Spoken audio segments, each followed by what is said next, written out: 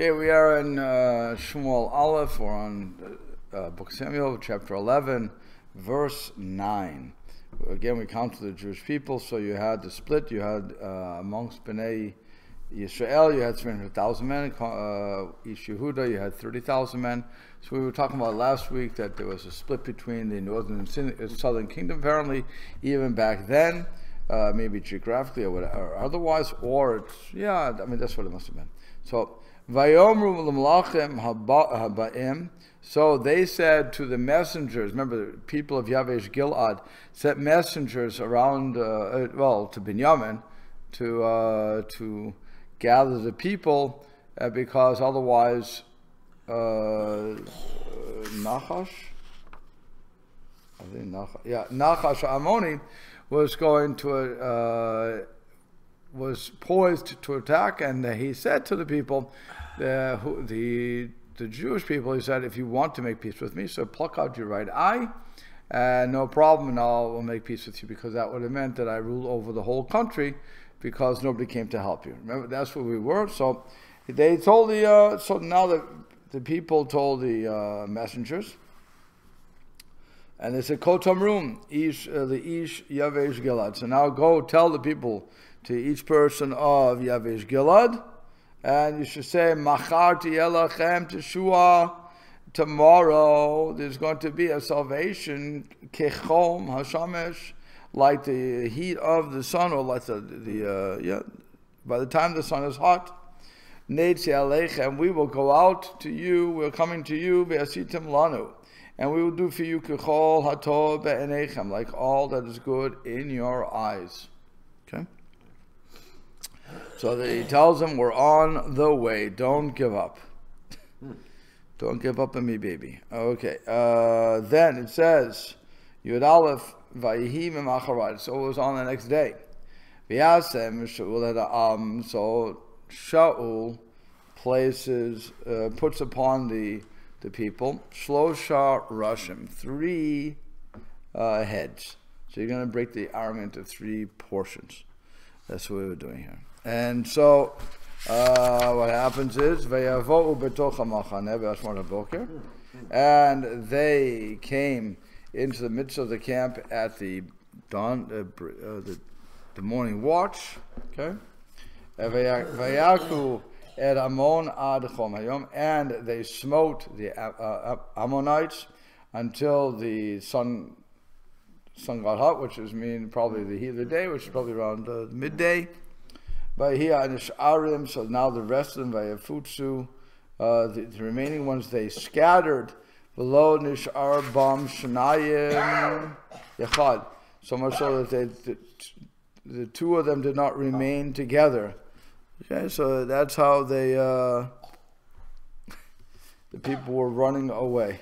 Okay. And so the Malbim is interesting, very quiet about this. Apparently there's nothing to really talk about. Okay. So Vayomru el ha'am. I'm sorry, Vayomru ha'am.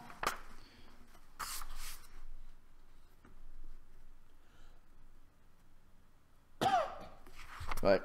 I just hit the page. Okay. Vayomru ha'am el Shmuel. So the nation said to Shmuel, Mi ha'omer Shaul yimloch aleinu. Who was the one that said shall rule over us? To on Hashem unamitem. Give us the men and we'll kill them. So, which is an interesting statement, right? So they said, Rashi explains, Mi ha'omer. Who was the one who said Balashim Bezayon? In a disparaging language, shall yimloch aleinu, will shall rule over us, and we will kill them. Give it to us. So, and then again, Chalenu, Rashi tells us, is betmiya is a question. So, here's interesting. So, Malbim waits for the next page to they put in. That's the problem when you don't have everything on the same page, when you have to keep looking, because the Malbim, when you turn the page, even though it's not the same page, in other words, the page starts with Yud Beit, And here you're seeing Yud. So he says Machar. So just catch up with the album. It says Machar, they say, tomorrow we will go out, Ki Biyom, because today, Sheshavo Malachim Shalema, Shalmu Hazan Yam. Because today, when the Malachim will return, when the messengers will return, that will complete the 7-day period. Ve'yeshivu shemitenu ad machar, and they returned and said we shall wait until tomorrow. Ve'yetzu alehem, and they would go out to them. Haya ma'amam meshutav ki kavanu be'emet, and everything was drawn because in truth they would go out to fight against them. Then they said, fine, they defeat the people. So now the people ask, who are the people who said? Who are these lowlifes who said that he should be the king?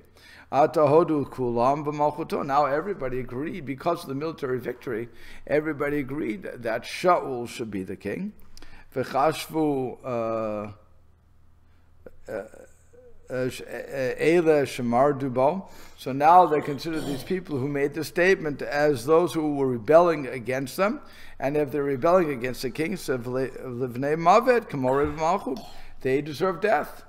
Not because they were moreh b'malchut, they were rebelling against the king. It's treason. You want to do treasonous acts, there are penalties for treason. Fine. So Vayomer Shaul. Shaul said, here's when Shaul becomes a really good king. Lo yumat ish bayom hazeh. No man will die on this day. Ki hayom, because today Asah Hashem Teshuvah Yisrael.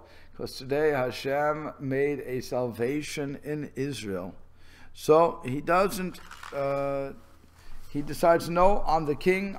Even though they were rebelling against me, by arguing that I should not be the king, he is not going to do anything. Now it's interesting, because what happened was Vayomer Am El Shmuel. The nation said to Shmuel, who said this about Shaul. Shaul then answers. What happened to Shmuel? Yeah. Okay, it's when Shmuel answered. But Shaul is saying, no, I'm not, and so he's saying, I'm not going to do anything. I can be mochel on my kavod, as it were. I can be I can forgive the honor, if you will. Okay. Which is interesting, because normally a king cannot do that. The people are talking to Shmuel, and it says so, and Shaul answers. So maybe basically, when this was written down, a period of time actually passed. Maybe visualizing that they're not actually standing here together, right? No, they are. Are they? Yeah, be like me sitting next to you. Oh. So they come to you and say, Mr. President. Oh. Who insulted our rabbi, and these have been kicked out. And I say, no, today was a wonderful day. Oh, okay. Nobody should be kicked out. I'll be willing to forgive the offense. That's the interesting thing again is that Shmuel is not the one who's answering. It's Shaul who's saying, don't worry about it. Done. I forgive everybody for what they've done. So Malbim says, Vayomer Shmuel aval Shaul. But he also says, Shaul answered, Lo yamad ish v'yom hazeh. No person should die today. Ki adata, because until now, lo yadinam kamori v'malchut, they weren't. Why shouldn't they die now? And that's the question. Remember, I'm the king. If I'm the king, let's put it this way: there's few people who can be mochel on their kavod, who can be forgiving on the honor due to them. Very few people. If somebody like insulted him or something. Right. In other words, when can I do it? So if my son would decide to sit in my chair, that which would be a lack of kavod. Okay, I can be mochel, I can be forgiving on my kavod. It's my son, I understand it. Okay. As a Rebbe is not as clear, you can do that. At times, I'll give an example. If I'm sitting at my Rebbe's table, the Rebbe I learned everything from, and I rule by him. So, in other words, what he says is the Lord's word, if you will. So, at his table, I'm not allowed to lean on Pesach, because I'm subservient to him. Okay. So the same thing with a king. A king cannot be mochel his kavod. The king is not allowed to do that. because he's a king. Once you start allowing that to happen, well, we see via the United States of America what happens to the presidency when we start to be mochel kavod. It doesn't bode well for the next people, certainly, and even for that office. So Malbim is saying, he answered, and he says, no, Shaul answered, and he said, no, Shaddai. Why? Why could he be mochel his kavod? Why could he do that? Because until now, lo hayad dinam k'mored malchut. Until now, they didn't all accept me, so it was not considered as if it was rebelling a treasonous action. Wasn't considered that. Because everybody accepted him. Until they were saved from, until he saved them from Ammon, and that was only done today. That's why it's written, because today Hashem made a salvation. And until now, so until now I didn't have the law of a melech, the law of a king. And if I didn't have the law of a king, they can't be tried for treasonous actions. That's what he's saying. And for this reason, Shmuel is going to say in the next pasuk, which we didn't read yet, that everybody should go to renew the kingdom. Mechadesh al yedei kabbalat ha'am, October. So now they're going to renew it via their own desires. So in that way, the kingdom, the kingship, the rule will begin as today. Okay, so that's why the next verse in 14 says, "Vayomer Shmuel el ha'am." So Shmuel said to the nation, "L'chu, let us go. V'nelchu ha'Gilgal, and we will go to Gilgal. Unechadesh sham hamalucha, and we will renew there the kingdom." So here he had already made him king. He anointed him publicly after the lottery. People didn't accept it. Okay, you know what this can be compared to in our system. The coronation of our president is on January 4th, 11th, 20th. Thank you, 20th. But he or she is elected November 4th. The first Tuesday? Whatever, November. The first week in November. Okay, so that means that they have so from November until January.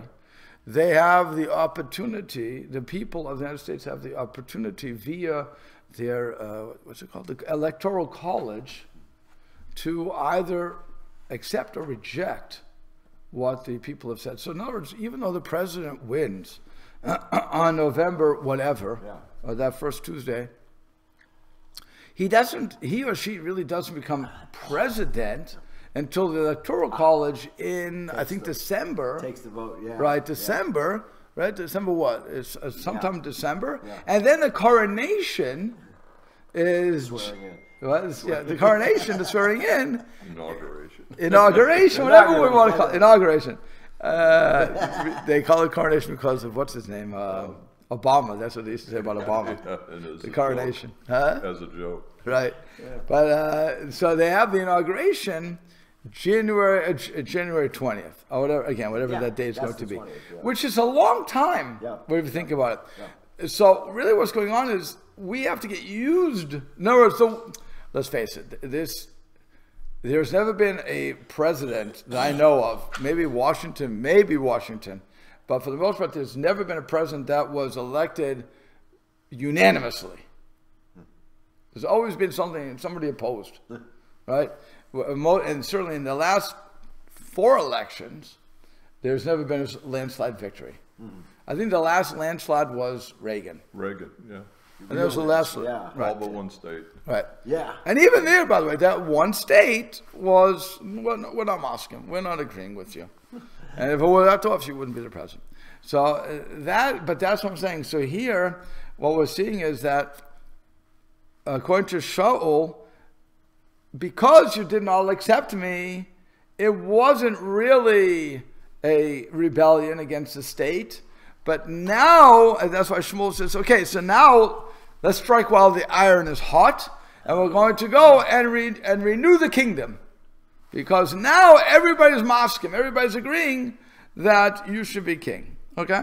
Interestingly enough, I don't know if his detractors, namely the ones who said originally, the Bnei Belial, who didn't want the king that follows Torah, they wanted the king that didn't follow, that would rule by fiat. Yeah.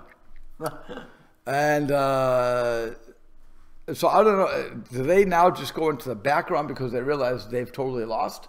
And that's it? Or, what happens to them? But it would be, again, the detractors. There's going to be detractors throughout the system. Yeah. So what happens to them? They realize that we've lost it at this moment, so now let's go back under the bushes and let's not make any waves. I think that's what's really going on here. Okay, so now what happens? And all the nation went to Gilgal, and they crowned their Shaul before God in Gilgal. And they brought their peace offerings, and Zavachim would be another type of offering, usually Olah, but I'm not sure if they brought an Olah, totally burnt offering, and they brought them there, and and so the Shaul and all the people rejoiced very greatly there. Okay?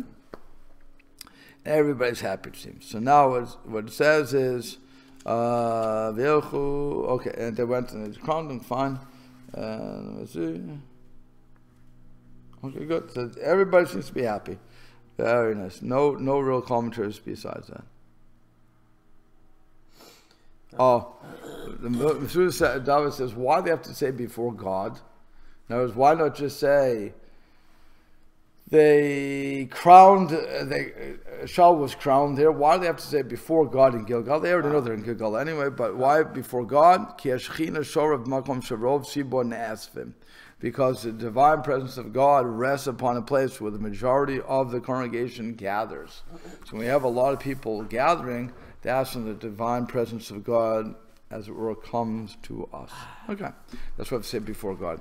I'm sure that some people have used that to say, because, and I think, I know they said about the king many times of England, and most of the other kings, the reason they are king is, and the reason we have to listen to them is because they are God's pick.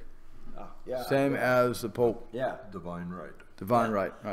So the same thing. And they may get that from just the stories, but it could also be because of this line, Lifnei Hashem, that they would come before God. It could be. I'm just suggesting that.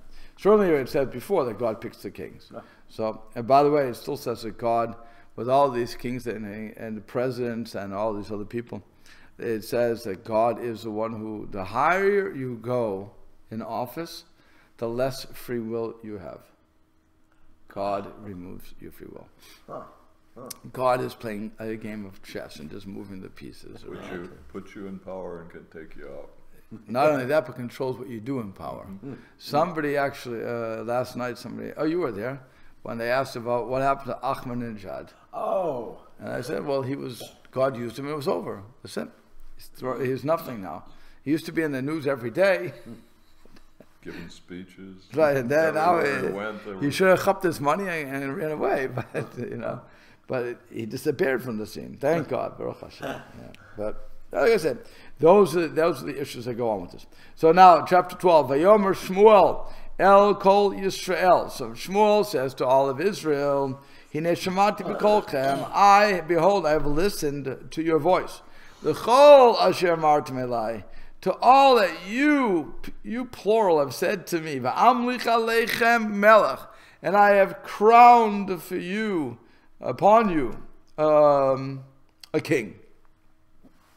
So he says, and Malbim explains, V'yomer Shmuel, Ach Ashehishlim Hamlechet Hamelech Balid V'kachimai. So now after he gives them a king, he decides to reproof them. One more time, right? Kvar bi'arnu l'mala, and we already explained above. Ki she'ela zu she'sha'alu lehem melech chatu b'shtayim. That when they asked the king, really they sinned in two manners. One is Neged Kavod Shmuel. One was corresponding to the lack of kavod, lack of honor for Shmuel. Because they did not want him as a judge anymore. And number two, the honor of Hashem, because they wanted to exchange the heavenly kingdom for a human kingdom. And so for these two offenses, he reproofs them. The first is because of their sin against him, that was throwing him out of office. And he says, behold, I have listened to your voice, and all of you have said to me, I wasn't obligated to listen to you.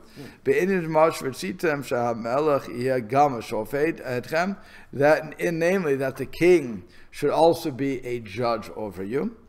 Because according to halacha, because the rule is, as long as the judge was not found to have any corruption, one is not allowed to remove him from office. And I didn't have to listen, because really a king is only necessary to be appointed for war. Law al mishpat, and not on judgment. But with all this, Shemati l'chol asher martem li, I have listened to everything you've told me. Shuma shenem av shavteinu, and that's what it says. And our king will judge us. So here he's telling them, guys, what is the government for? Like I said, we were talking about limitations of government. The government is for protection. And what is protection? Going to war. It's not about judging you. The king can't be a judge. By the way, this also gets interesting. Who always appoints our judges? Who's the one who recommends the judges? The king. I mean, the president. Yeah. The president is the one who says, I have a great choice. It's my party holds this. I'm going to put my party in. Okay. Yeah. So really, what kind of mishigas is that? So what happens though? So now that if you have a king over Israel, and they're at peace, so who are the judges? Are there still are judges in place? Who religious leaders? Yeah, but the point is, they asked the king to be the ultimate arbiter at this point. Okay. Right. So prior to this, when there were actually judges, I'm trying to remember now. Back when we studied the last couple books. So when there was a war, who led the war? The judge. He basically was everything. Yeah. In those days. Well, again, the judge was a spiritual leader. It wasn't a judge. It was a spiritual leader who would teach Torah, adjudicate the case, bring the people back to do tshuva, and or reproof them if they weren't doing it. And ultimately, when there was a war, so they were God's tool on this world to conduct the war. But once the war was over, they relinquished that role. So basically, after Moshe Rabbeinu and Yoshua, so they've kind of followed that same pattern of Moshe Rabbeinu. That's kind of what the system was until the people said, we want a king like the other nations. Right, and we want him, but the biggest thing is we want them to rule over us, to judge us. Also. Right, to judge us. And he was saying, the king doesn't normally judge. It's not normal for the king to want to judge. I'm the government guy. I take care of the wars and the roads, and that's it. Correct. You know, it's an interesting thing. I'm using my other jobs as compared to this job. Okay, my other jobs in the pulpit, so maybe Moncton or Bangor, were the rabbi, because they didn't have money, I'm guessing, was everything. The rabbi was everything. Okay, the job for the rabbi was to be Mashiach. Okay, so you come in, you're answering the telephones. I didn't prepare kiddushes in any of the places, Baruch Hashem, but it's you're doing that. You're making them in. You're doing the bulletins. You're teaching. You're your principal. You're this. You're everything. The more that you go out to the bigger areas, and I always said people always laugh because they thought I was coming from Boston or from New York, and they said, how do you like a small community? I said, what do you mean small? This is a major metropolis to me. I'm used to 250 Jews. I'm used to, whatever. Yeah. And here you have 4 shul, kollel, everything. It's crazy. So here, and of course you have Baruch Hashem, you had money, and so here, as I came, well, it's true. I was first doing NCSY and all these things, but as time went on, certain jobs would be removed from my purview, if that's the right word, and somebody else would take that role.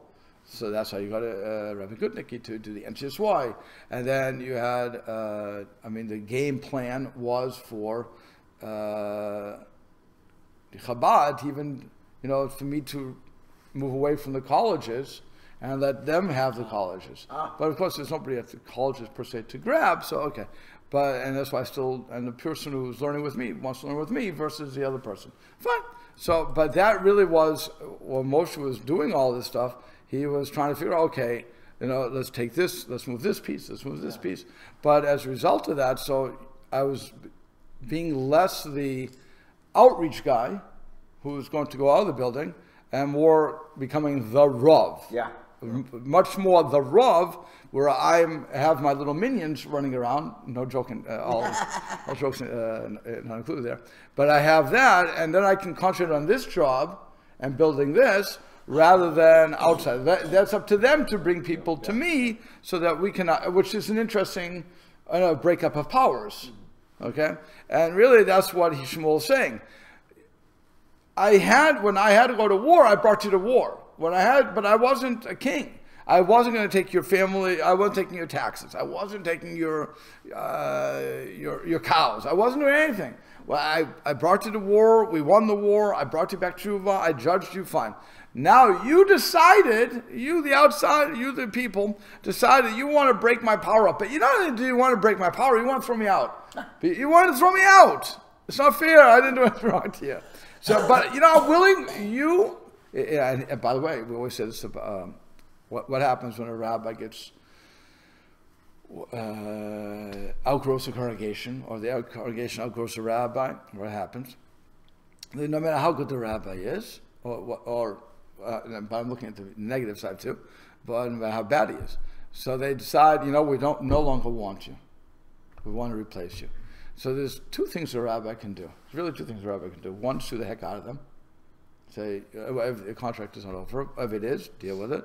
But you can leave quietly, and everybody can be happy. Everybody feels good about it. Or you can make noise. Okay? Now, I've seen both sides of that fence, where rabbis have made a lot of noise, made a lot of fights in the congregation, and I was thinking, just leave the hero. Just leave the hero. They don't want you anymore. So I know it's hard to start again. I'm not arguing that, but just go and have a good time, have a good life. Don't hold it against them. It's not them, it's God. Okay, fine. But then the others, like I said, they rip apart the car, they sue. We've seen it, and it really caused a lot of problems. So what here Shmuel is saying is, you want me out of office? Take it. I did what you want. I listened to every word you said. But I'm going to tell you something. It says, V'ata.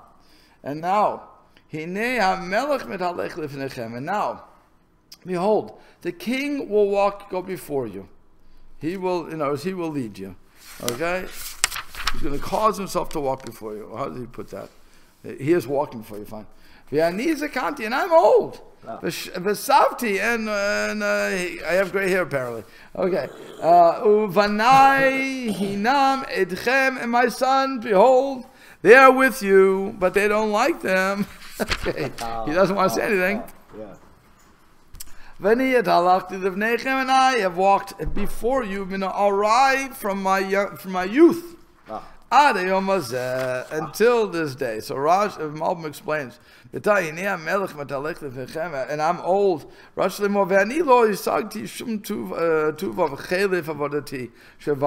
Behold, I have not reached, I'm not getting anything good from this exchange of my work that you've done. I'm old from the large amount of work that I've done, and the yoke of the congregation that was on over me. And through this, I have become old, not in my time, because I'm only 50 years old. So you got that? You guys, I remember there was a teacher. I was in a convention, and the teacher was younger than me, much younger than me. And his hair was jet black. His beard was all white. Whoa. All white. So one time, one of the kids came to him and said, when he started to get the white hair, and again, the guy is maybe 30 years old. Wow. I don't think it was much more than that. Huh. And so he said, when the kid said, "Oh, Rebbe, I see a white hair. I see a couple white hairs." She said, "I want you to know, this one was from Shmuel, this one was from David." And he started to figure it out. Right, you caused it. And that's what he's saying. I'm a young guy. I'm 50 years old. Look at me. I'm old. I'm used up. And it's your fault. It's your fault. All the pressure of the office. By the way, look at any president who's gone, and maybe Trump is going to be the first one because he dyes his hair, whatever he does to his hair. It's not his hair. I don't know. Maybe it's, he said he was losing it. He's losing the hair. Okay, but Obama turned gray. Obama turned he aged horribly. You have a couple of them who aged horribly, but you see it right before our eyes. Right, you see them aging because we have 350 million people in this country, and everybody thinks they're the president. Okay, but and we all condemn for whatever they do, good or bad. They age in office. Who needs that?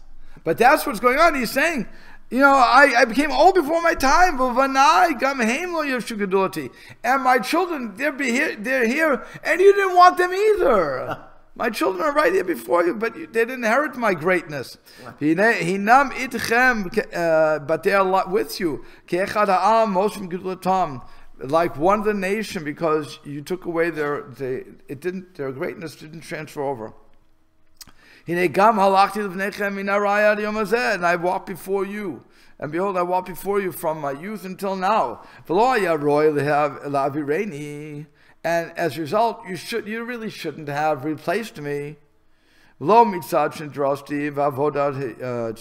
because I became lazy. Now, for the reason that I became lazy when it comes to the service of the people, because I was working from my youth until now. I've always been working for you. Been a public servant. It's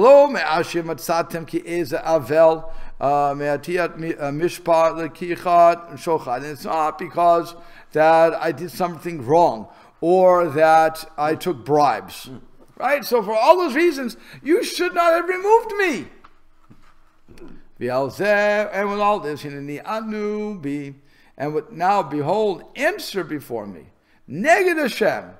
In front of the Marshal, v'neged Mashiach, and in front of his anointed, et shor milakachti, did I take somebody's ox? V'chamor milakachti, did I take somebody's donkey? Et mi ashakti, who did I oppress? Shakti is oppress, right? Yeah. Umi ratzoti, and another word for oppressing. Miyad, right? Umiyad mi lakachti kofer. From who did I take a bribe? Va'alim anibo, and hide my eyes from him. Va'ashiv lachem. Tell me, and I will return it to you. Put up or shut up. Yeah. I'm coming out in front of the entire congregation, entire kehillah, and saying, you shouldn't have kicked me out. The only reason you could kick me out, the only two reasons to kick me out is I wasn't working for you anymore or I stole something from you. Okay? Yeah. I present myself in front of you and the Lord and his anointed, the new guy. By the way, why do you have the new guy? I'm being a rabbi about this, but why do you pick on the new guy? Why do you pick on Shaul? Why do you say, he could have said before God, before me and before God. Why do you have to say before his anointed? What do you think? Think like you have an apprentice that's about to be taking your job over. Oh, because now you think he's better than me. But why you have him there? Try to keep. You want to warn him this was going to happen to you. Intimidate him. No, more. No. Don't let this happen to you. Right. Take heed. Take heed, young man. Take heed. If they can kick me out for no good reason, you're next. Suggest you're not, but sweat in the next election in 4 years. Right. That's why it's such an interesting thing when a person goes into again, I'll pick on my profession. When a rabbi goes into the new job, and he's there, so we call that a honeymoon period. Oh, right. Some honeymoon, you walk in, everybody loves you. Oh, it's so wonderful. 6 months down the line, if you're so granted that time, then suddenly there's chinks in the armor. They have expectations, because he's going to be a miracle worker. He's going to, and then Right, they so find out he doesn't work miracles. Right. Well, because I'll never forget. Again, there was a guy who came to me who sat at my Shabbos table and said he was very upset with me. Why was he upset? Because he thought that I would be coming with a red convertible, drive up to his house, say, I'll take your 2 boys, bring them to my house, and then bring them back when they're 18 and to be mentioned. Oh, yeah. All trade. Love it. Yeah, but and the craziest thing is, he was serious. He was serious. So again, you have these people who believe that you're a miracle worker, and that's your 6 months, right? Mashiach. Yeah, you're Mashiach.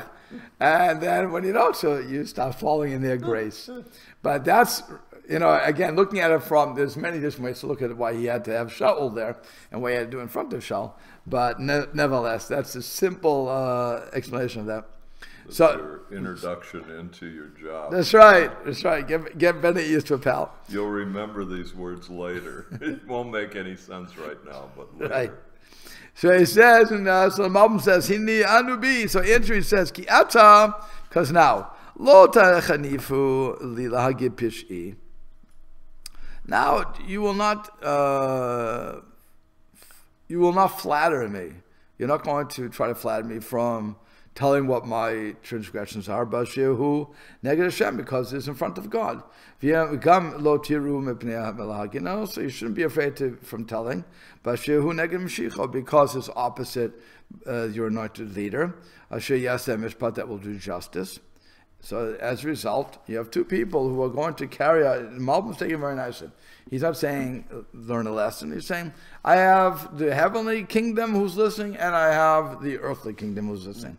If you have, so now is the time to speak up. If you have something I did, tell me now, and they can render judgment. Okay. So he says that sure. Neged hadregash min chamor el akel. So we're going from the shore, which is then to the chamor. Fine, we're going to more, more stringent to more lenient. So he says, whose ox have I taken? B'chazaka, by force. And also, whose donkey did I take? Hagam shoftim regilim chamor l'kiva. Now it was normal for the judges to take a donkey to ride upon when they were going from city to city to judge the people. And he says, and who did I oppress? There's Asek who kal yoter, and that's going to be a different, where you're holding back the paycheck, as it were. Kedome she'eni gozel be a dime, so it doesn't appear as if the person is really stealing money from the hands. He's just holding back the person from getting the money. And then he says, who did I, another word for pressing, who did I request to give me a gift from his own desire? O sharshu ratzatz v'gam ratzatz garua me'oshek. Okay, they just give another explanation for that. Mosif, and he says, who did I take a bribe from? She'im nitchayev ish mita, that if a person was obligated to die, or he was obligated to get lashes, did I take from him an atonement of money in place of his atonement for the body? If I did, so elam eni bo, did I hide, and also did I hide my eyes from him? From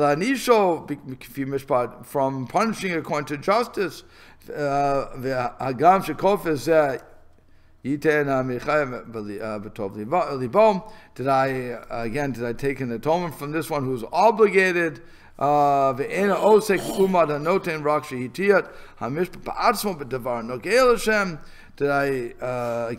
I oppress you by not, because I pushed justice the other way.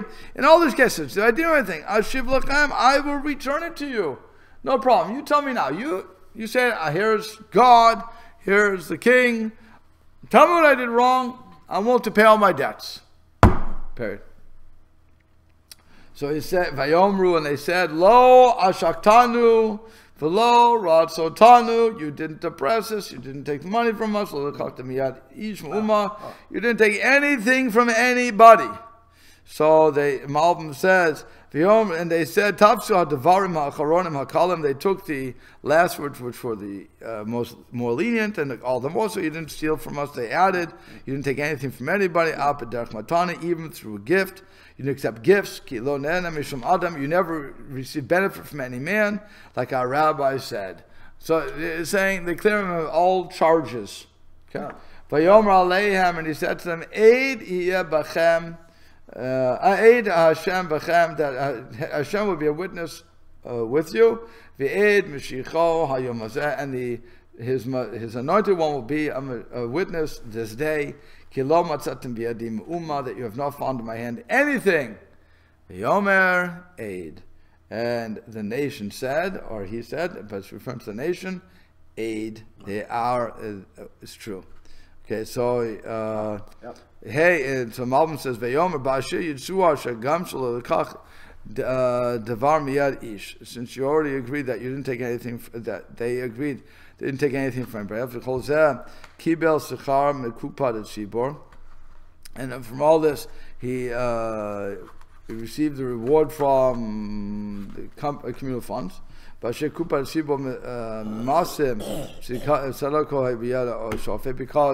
communal funds would be the taxes and all the things that were brought through the judges. And he even had permission to take it. He could, by strict law, he could have taken that from the company, the communal funds. And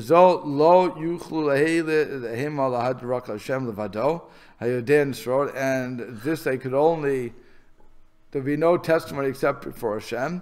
So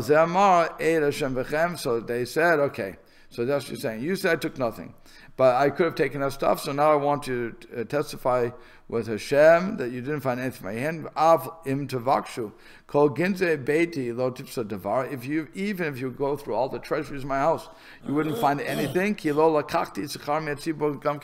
I never took from the communal funds. I never dipped my hands into the slush fund. Okay? Even though I could have. I could have taken my, reimbursements.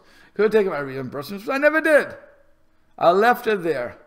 That, it's, who you saw this from? I don't know if he still does it, but Trump, one of his campaign promises was that he would give his entire paycheck to charity. I'm talking about from the presidency. Yeah. From the presidency. And so about $400,000 a year, something like that. Yeah, whatever it was. So it's $400,000 a year. They got a pay raise. It went for 240. But anyway, he said he doesn't need it. He's going to give it back to a charity. He doesn't want it. So what happened? The first time he got the check, that was when you had the first guy who was his, I forget the first guy's name. What? The first guy who was his press secretary. Oh, Sean, whatever. So Sean, Spicer. Right. So what he did was he had the check in his hand, and he said, the president, here's the check, the president's first check. He wants to give it to charity, but he knows that whichever charity he picks, you're going to say, no, it's not. So he's leaving it to you, the press corps. Tell us who you want to give it to, and we will present the check to them. We don't want to deal with this. And it was so funny because here he took company funds. He had all rights to that money as the president. Yeah. He had the rights. But he said, no, I'll give it back. I'm not interested in this. That's funny. So that would be what he's saying. I didn't take anything from you. Give it to the press corps retirement fund. I don't know if they put in that one, but okay. I want to text Midwest Torah Center. Send us the money. I have Jared give him some influence there. Right? That's right. If we got Jared's going to give it to his show. Don't get it in New York. No, I was going to say Midwest Torah Center. We'll take half your salary. That's okay. So he says Vayomer Eid, and they said again. People said they said Eid and Musav al Hashem, referring to Hashem, and it's called Zechila, which said in the beginning. Eid v'kol came perish Chachmeinu Zechron Levracha. Yasa bat kol, and then so according to the rabbis it says Vayomer Eid, right? And he said Eid, so the rabbis say that was a bat kol. It wasn't the people. It was the bat kol. And so why the rabbis say that? Because it's in singular, right? Because it's look at the sentence. Vayomer aleihem. He said to them. Yeah. Eid Hashem b'chem, again plural. Evet mishicho hayom hazeh kimatzetem, again plural. So biyadamu you plural you can find Vayomer. That means he said, yeah. Right. No, Vayomer means he said. So it should have said Vayomru. They said Eid. But since it's Vayomer, so you have to interpret it one of two ways. Either you have to say that Vayomer represents the entire Kehillah, so that was singular, fine, done. And that's the easy way. And then all you could say, as a rabbi said, Vayomer means the bat kol. The heavenly voice said Eid. What was the first explanation? The first explanation is you would go by the collective. Oh, the collective. As they're translating it, they said. Yeah, that's what, in this version they're translating. Oh, so where, really? They said, yeah. Oh, that's incorrect. That's they're taking the explanation collective, right, and putting that into the translation. Right. That's what they did. But but I'm saying, if you look at it just from what's going on, and that's why the rabbis could do that. Yeah. What the question is, what does it mean Vayomer? Is it a collective term? Yeah. Or is it something else? So, in other words, as the group said. Right. The group. Singular. Group is what? Right. And we'll stop there. But that is an interesting situation. Okay. Huh.